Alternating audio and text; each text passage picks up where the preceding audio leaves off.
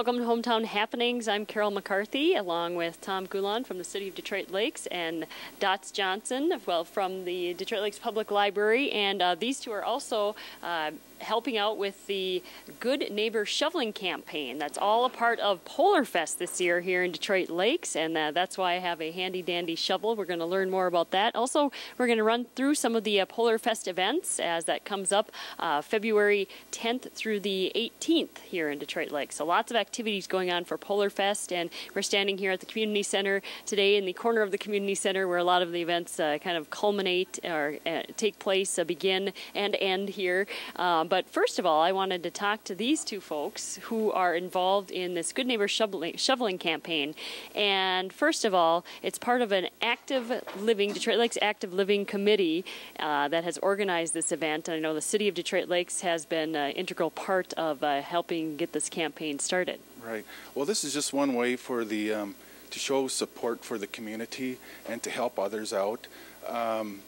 It's a positive thing. It's helping people that cannot in some form or fashion accomplish shoveling their sidewalks. So we want to promote this to help a neighbor, and it's acts of kindness like this that really sends a strong signal to other communities that we welcome everybody to our town and to enjoy what we have to offer. All right, so as it goes, you know, I have my prop here, the shovel, and it's a Good Neighbor Shoveling Campaign. And Dotz, let's talk a little bit about what this is all about. The Detroit Lakes Active Living Committee came up with this idea as well? Yeah, the Active Living came up with the idea. We like to walk, and if you can't walk because the streets aren't, or sidewalks aren't shoveled, well, it's just so frustrating. So some of the kids need volunteer hours, and so we're kind of working with the school too, some of the groups at the school to get volunteers so we can match up volunteers, you know, not just for Polar Fest Week. For Polar Fest Week for sure, but even after, if we can match some of these kids up who are wanting to volunteer and with somebody who needs somebody to shovel their walk on a regular basis, that would be super. So this is a kind of a hope that this will carry on, but at least for Polar Fest Week, we want our streets clear so we can walk on them. All right, and maybe the weather will help us out with us too. I might add, you know, Dot, you're right. There's, let alone taking care of our own sidewalks, we don't respond to an issue unless there's a complaint. So this is a win-win situation for everybody. So we want to stress active living and other activities throughout the year, just not winter, but spring, summer, and fall. So a good program. All right, so you're being good to your neighbor, you're doing your good deed, you're shoveling, you're being active, so everybody really wins. You know, you get active, you pump some, get your heart pumping, and get those sidewalks cleaned off, and also, you know, you open up the walkways for others to be active as well. And as you said, Dotz, this is the beginning of you know, maybe future things to come. Maybe you get to know a neighbor that you haven't met or haven't talked to in a while. Especially with the good neighbor thing, if you're shoveling your own and shovel your neighbors, then we've got a neighborhood party too. That sounds great. But I'm really excited about the kids from the high school volunteering to do this on a more regular basis. And if there's somebody that's interested in doing that, they can contact either the city office or you can contact me at the library. All right, very good. And of course, one of the things too, if you would like to sign up and just let the world know that you're doing a good deed and being active, you can register online, and we'll give that to website. It's www.goodneighborshoveling at eventbrite.com, and you can register, and then you're in the drawing for some great prizes. I know the city's donated some prizes, various businesses have donated some prizes, so it's a win-win-win-win. Correct. All right. And Tom, let's talk a little bit about, okay, you're with the Public Works, and you know, this is a great idea for the future and that sort of thing. And as you said, you know, people need to contact the city, you know, if there is a nuisance or that sort of thing. You really don't go out and patrol the sidewalks, as it were. Right, and like I said, this is a stepping stone for some people to establish a contact list, whether it be a church group or whatnot, that they're in need of help to accomplish, getting their sidewalk shoveled. And like I said, this could spread to spring cleanup and coincide with day of caring, or in the fall raking leaves. So it's a great program. Very good. I'm here at the Community Center today talking about some of the Polar Fest events. The Good Neighbor Shoveling Campaign is going on all week through Polar Fest from February 10th through the 18th. It's a beginning to start something good in the community, and it starts with you and a shovel. And with Dotz Johnson and Tom Gulan, I'm on TV3 Hometown Happenings. We'll be back with more Polar Fest events after this.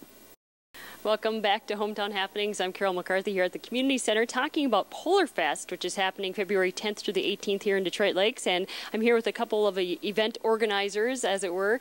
Polar Fest, of course, is around the city. We've got the Good Neighbor Shoveling Campaign going on throughout the entire festival. And also Amy Degerstrom from the Becker County Historical Society has a planned event on, I believe, the final Saturday of the Polar Fest. Right. We have an ice harvesting demonstration on Polar Plunge Day, which is the 18th of February. They're cutting the ice out for the plunge, and so we're going to use that to our advantage and have a meeting at 10:30 on the ice near the pavilion or right around there, and talk a little bit about ice harvesting in Detroit Lakes as an industry, which was the second largest industry in the county for many, many years.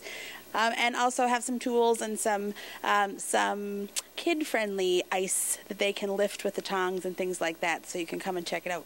All right, excellent. And I know that you are a member of the JCs as well, which is a very integral part of Polar Fest. Absolutely. The JCs are helping with food, beverage, and games on that day of the Polar Plunge in support of the Boys and Girls Club.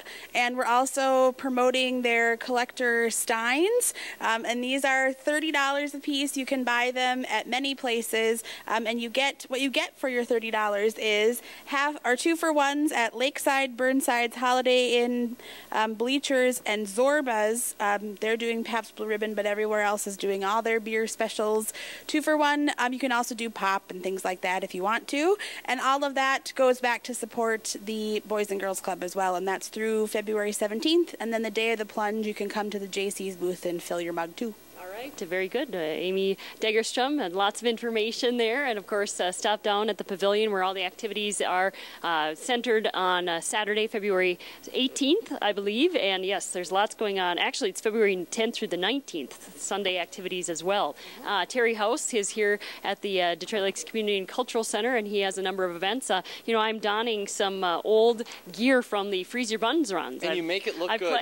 I've collected many, many hats, and we're going to unveil the gear this year, so hold on. Yeah, it's going to be exciting. There's a ton of activities going on, and I'm actually here today to talk about a couple different activities. One is our iced tea golf event, which will be taking place on Friday, February 17th. We've been doing it for years here, and it's just a great activity. Last year we had right around 20 teams. And it takes place out on the lake, and if you're interested in signing up, you can either call myself or Brent Wolf here at the Community Center. And to sign up a team is $100. If you're interested in a sponsorship and having your business logo appear on a hole, that's $250. And the bonus is, if you want to have a business sponsor and a team, we'll give you 50% off on the team. So it's just a great activity, and it's a fun way to experience the cold. All right. What kind of swag do you have this year? Well, Brent, for the iced tea, he's got a whole bunch of different stuff. We haven't quite unveiled the iced tea logo, or the iced tea swag yet, but Brent does have the hat for the Freeze Your Buns. Okay. And do you have that under my armpit right now? This is going to be exciting. Only because I'll probably get to keep it then. But this is what we got last year at the iced tea event, and it's great. I use it all the time as it's well worn. But Raina's telling me to wrap it up here. So we do have the unveiling of the swag for the Freeze Your Buns run. I have to get rid of my red cap, although it's my favorite one. This is the swag. So this is what you get for the 5K run walk. Yep, and that'll be coming up too. And that's run through here at the Community Center. And again, if you're interested in doing that, that would be contact Brent Wolf. All right, very good. Lots of activities going around for the Polar Fest, and you can check it all out. Visit DetroitLakes.com. You'll get a lovely poster like this, multicolored, and lots of events, so check it out and have a great Polar Fest. For TV3 Hometown Happening, along with Terry House and Amy Degerstrom.